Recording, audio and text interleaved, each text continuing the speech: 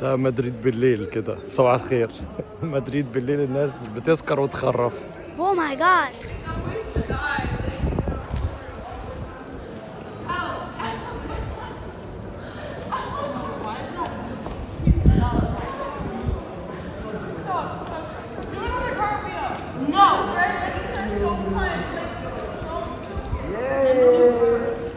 حاجة من أغرب الحاجات اللي الواحد بيشوفها في مدريد هنا في وسط المدينة، في السنتر، ابن السنتر، في يعني في خرم بوز السنتر.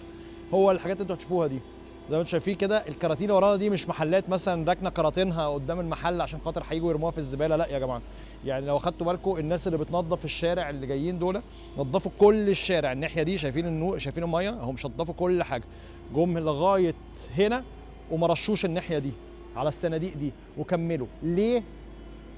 تعالوا اوريكم.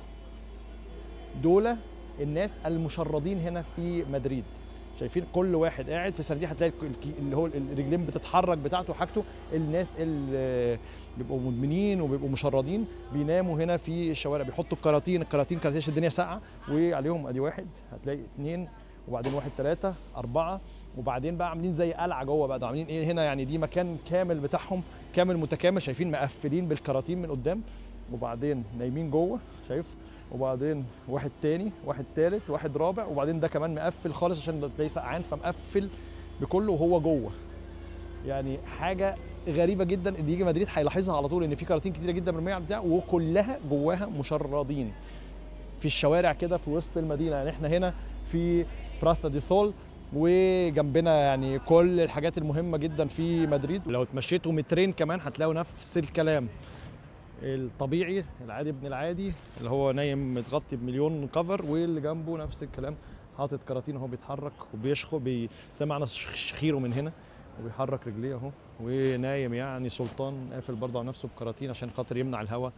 العجيب كمان ان هم من كتر ما بقوا يعني مدمنين ومش حاسين باي حاجه خالص، هتلاقي ان هو الناس قاعدين مع بعض ميجويز، يعني راجل وست، هتلاقي راجل وست، راجل وست، راجل وست، وراجل وست، وبيناموا مع بعض يعني بيعملوا سيكو سيكو، وبيعملوا كل حاجه وسط الشارع هنا في وسط الناس، من كتر ما هم فاصلين عن الدنيا كاملة. حاجة بجد يعني ظاهرة غريبة جدا جدا جدا انتشرت في مدريد بطريقة غير طبيعية. ان الناس هنا تلاقيهم كمان مش بس واحد وقاعد بكرتونة، لا، الناس هنا نايمين كابلز، يعني نايمين ست وولد مع بعض، ولد وبنت، ولد وبنت، ولد وبنت.